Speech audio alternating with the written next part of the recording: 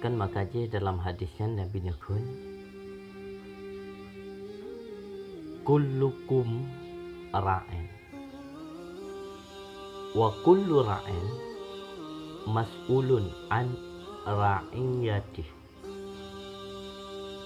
Tiap-tiap kamu adalah pemimpin, dan setiap pemimpin akan diminta pertanggungjawabkan di atas kepimpinan.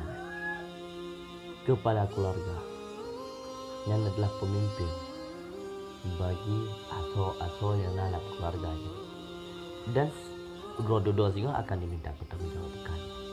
Gad berhantar diri anak, juruh berhantar diri anak, sehingga akan diminta pertanggungjawabkan yang demikian itu.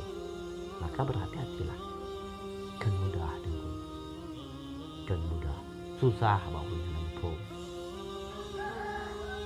Susah. Cuma orang mereka merasa susah bahu orang nampu model pasrah, orang pasrah lakukan sesuatu yang salah itu.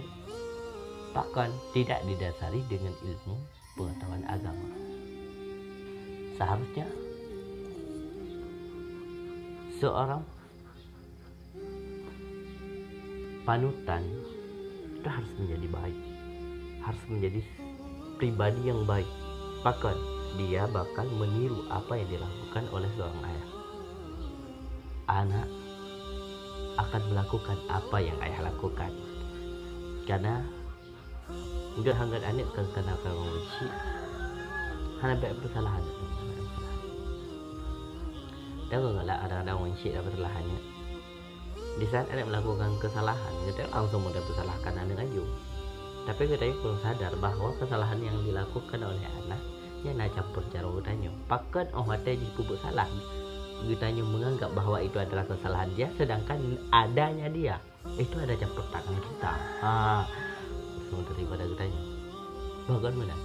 Kebanku menamini, kebanku menanani.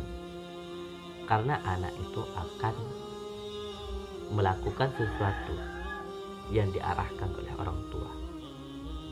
Maka arahkanlah anakmu kepada kebaikan. Bukan hanya sekedar you dengku, bukan hanya sekedar you. Banyak dari semayang, saya hendak semayang yang salah. Bukan hanya memerintahkan anak, tapi kitanya tak pedih bahwa sesuatu yang baik itulah anak yang aku lakukan.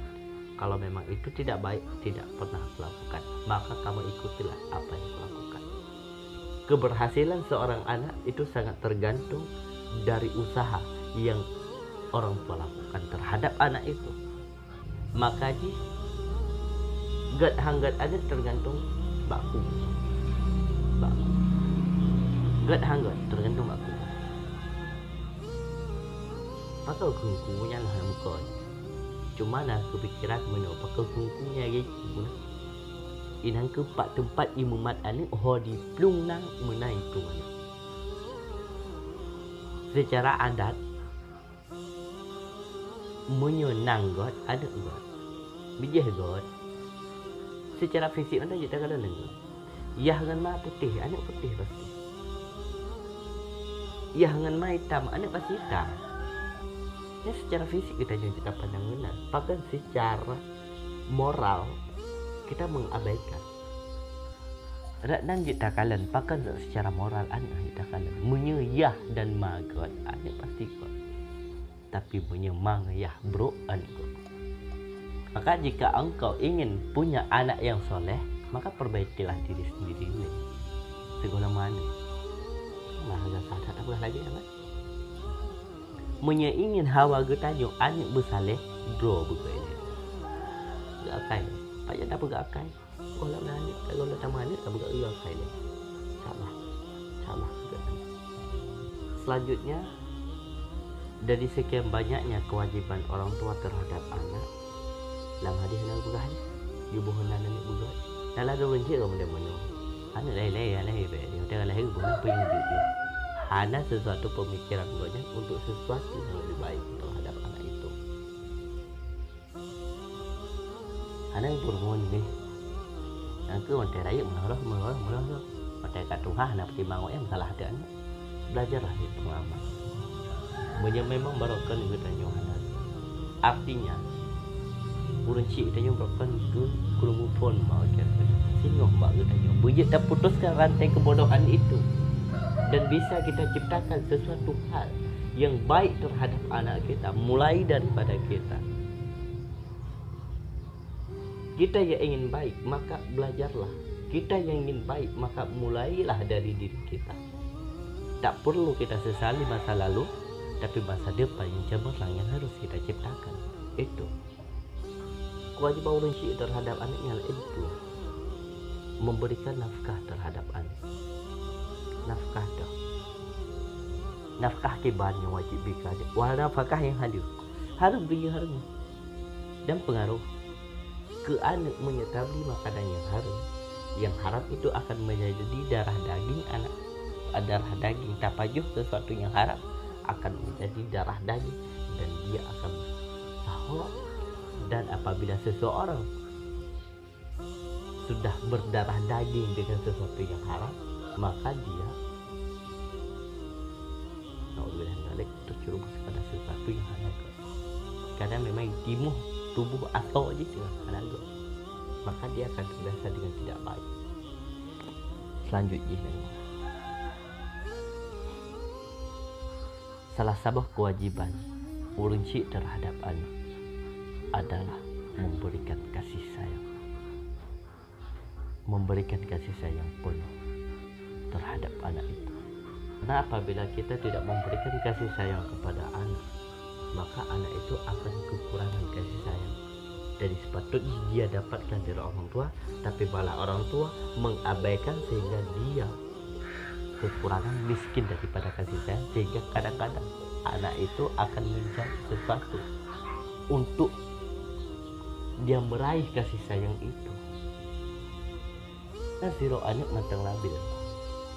Apabila siro urci hanya berikan kasih sayang terhadap anak, dia bakal diminta kasih sayang itu pada orang lain. Di saat dia sudah mencari kasih sayangnya pada orang lain, maka yang dia dapatkan beruntung apabila dia dapatkan seorang yang tepat. Tapi apabila dia dapatkan seseorang yang salah, maka dia juga mengikuti kesalahan yang dilakukan oleh orang lain. Yang memang halus, tapi itu adalah kewajiban, bukan sesuatu hal yang sepele, bukan sesuatu hal yang memang jitkannya abaikan. Karena itu adalah kebutuhan bagi diri anak. Paduk nala dung anak terjerumus kepada sesuatu yang salah karena kurangnya perhatian dan kasih sayang daripada orang tua. Menyahana patih atau pernah nepu sapat mandum anak mit yang karaya remaja ataupun karaya dah yang memang terbiasa dengan kesalahan yang dia lakukan, penyebab kurangnya kasih sayang dan perhatian orang tua terhadap dia. Apalagi urunci yang memang tidak terbuka terhadap anak, tak pernah mengajak diskusi, tak pernah merangkul, tak pernah terbuka, maka anak itu akan terciptanya sesuatu mental yang tak bagus dan bisa merusakkan moral anak itu sendiri. Makin banyak kesalahan. Kurangnya didikan akhlak, didikan iman, dan didikan moral, didikan agama, dan kurangnya kasih sayang dan perhatian dari orang tua menyebabkan mental dan moral anak itu menjadi rusak karena dia tidak pernah mendapatkan dari orang tua, justru dia dapatkan dari seseorang yang salah.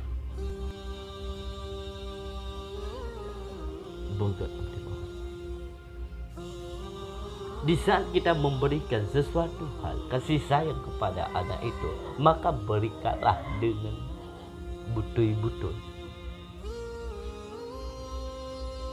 Jangan menganggap ini adalah sesuatu hal yang sepele. Berikanlah kasih sayang itu dengan betul-betul, supaya anak itu mentalnya terjaga dan moralnya masih terjaga, dan kita bisa menilai anak kita bagaimana sesuatu yang bahaya tanpa memberikan kasih sayang. Dan apalagi kita punya rasa pilih kasih terhadap anak. Di saat seseorang yang punya prinsip pilih kasih terhadap anak, salah satu anak dan bahkan mengabaikan anak yang lain, itu pengaruh yang cukup luar biasa terhadap anak itu. Penyebabnya apa, efeknya kita harus tahu. Karena efek yang pertama terhadap orang tua yang pilih kasih, orang tua itu sendiri bakal buta terhadap anak yang lain, dan hatinya semakin hari semakin membuta sehingga menghiraukan kehidupan anak yang lain. Ya, efek kepada manusia yang pilih kasih. Dan juga berefek terhadap anak yang ditanya pilih kasihnya, berefek juga tuh. Apabila kita terlalu pilih kasih kepada salah seorang anak, maka mental anak itu akan tumbuh dengan tanpa kemandirian, tidak pernah mandiri, karena dia selalu bergantungan pada orang tuanya, karena dia merasa aku anak yang disayang, angin hanya tepehannya, karena begitu kan sayang pilih kasih. Maka terciptalah mental pada anak itu, bahwa anak itu bagi pribadi anaknya pasti mikir berangga pulau bubut ya hamunya kalau berangga pulau bubut mak hamunya kalau, karena lo sayang tak mak sayang tak ya beda dengan awak aja, sehingga dia bergantungan sama orang tua. Dan efek pada anak yang terpilih. Selanjutnya efek terhadap anak yang kita abaikan ataupun yang kasih sayang kurang.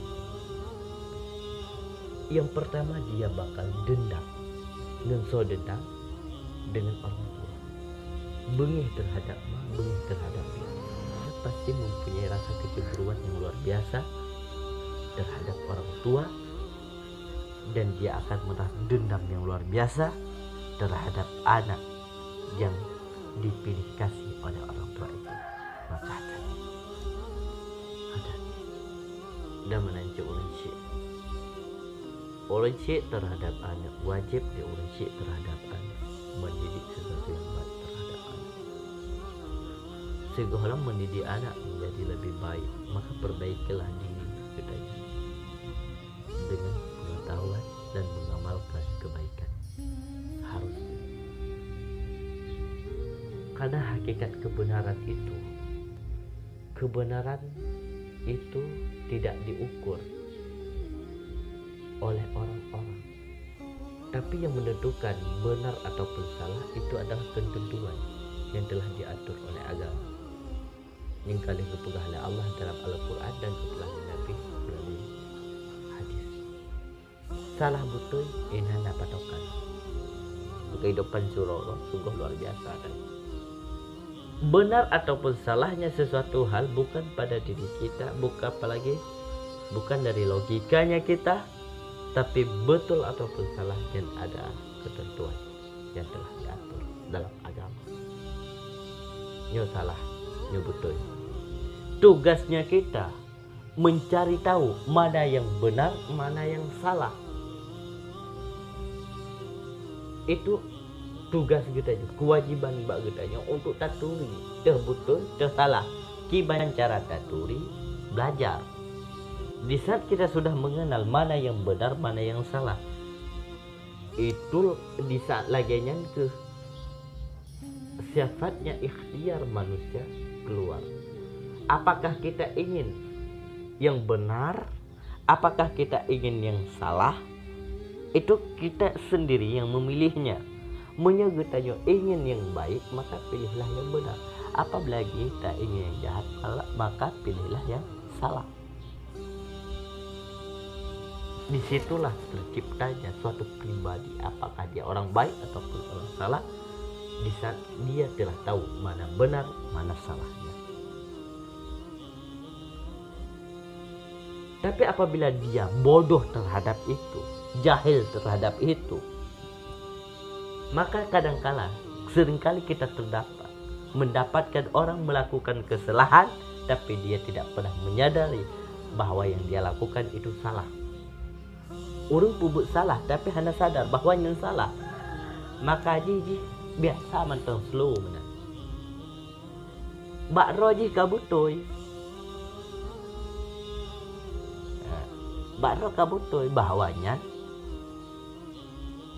taganya lagi cara sebagai pakan dianggap bahwa itu benar padahal yang dia lakukan salah karena hanya ilmu ini betul. Maka cepat lagi buat. Maka cepat lagi kita yang tak turi dah betul dah salah. Lehnya baru kita yang simpulkan dan kita pilih yang baik.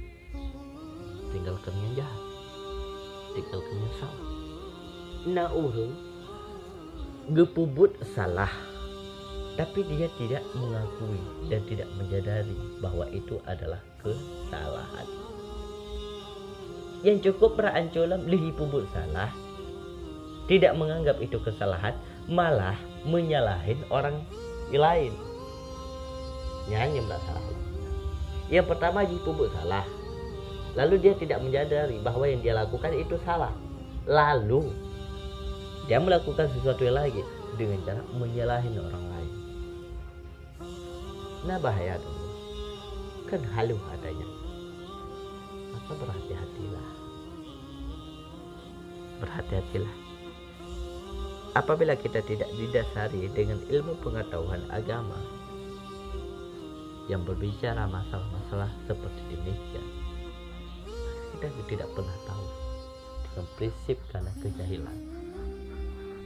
Dari Sayyidina Ali, beliau menukun, tak usah memperkenalkan tentang dirimu pada sesiapapun, karena yang mencintai kita tidak membutuhkan itu, sedangkan yang membenci kita tidak mempercayai terhadap itu. Hana perlu katanya tak puturi itu, tak perkenalkan diri kita, menjelaskan tentang diri kita bak orang lain. Pakon, karena apabila kepada orang yang sayang terhadap kita, maka dia tidak membutuhkan penjelasan itu. Tapi bagi orang yang membenci kita, dia tidak bakal percaya terhadap itu. Maka jadilah diri sendiri, carilah ridha Tuhan, tak usah hiraukan orang lain. Lakukanlah kebaikan, mengharapkan ridha dari Allah, tak usah hiraukan. Begatat gutanya menyebab orang yang memang hamil kadang-kadang. Sebaik apapun kita, sebaik apapun yang kita lakukan, tetapi apabila dipandang, diperhatikan, dilihat oleh orang yang memang tidak pernah suka, bahkan membenci kita, di mata dia yang terlihat kita tetap tidak betul. Hana gocit mama tadi. Menyo orangnya hamil kenapa? Kalau dia membenci kita, apapun yang kita lakukan, sebanyak apapun kebaikan yang kita lakukan, dia tetap tidak melihat kebaikan yang kita lakukan itu. Sebaliknya, apabila orang itu sayang terhadap kita, apapun yang kita jelasin, maka dia tidak membutuhkan itu, dia tetap sayang. Lembuh umpama mana? Sayang urunci ke Adam, sayang urunci terhadap Adam. Sebruk-bruk tak akai ana, le orang cik menganggap bahawa nyan ana. Sebruk-bruk tak hi ana, nyan orang cik menganggap bahawa dia merupakan anaknya. Hitam keriting keluar juling, tapi orang tua masih menganggap dia anak.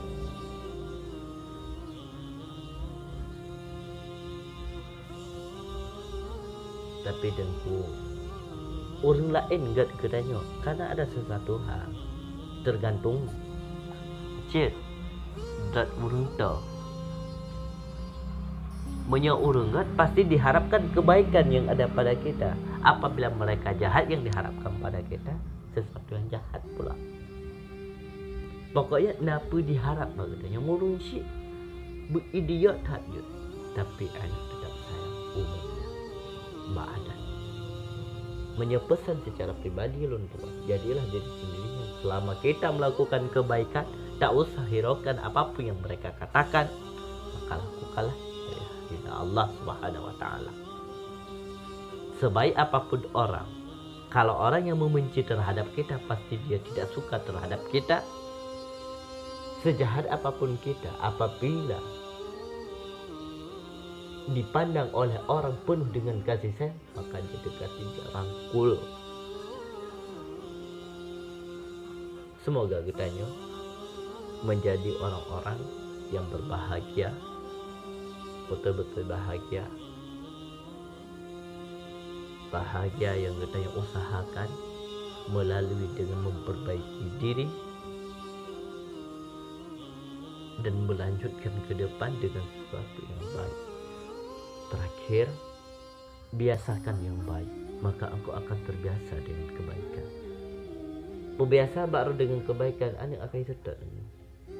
Lalu ajarkan kepada mereka kebaikan itu. Biasakan juga kepada mereka kebaikan itu. Jadikan orang tua yang bukan otoriter, tapi mengajak dengan kasih sayang. Rangkullah mereka. Rangkul. Jangan membenci. Lebih-lebih kita membenci terhadap anak. Hanya manfaat yang kita tidak benci anak. Dan adalah anak usia. Apabila ada benci terhadap anak karena anaknya batat, sadarilah. Mungkin batatnya dia, batat tadi, itu ada campur tangan kita. Berhati-hati. Wallahu a'lam.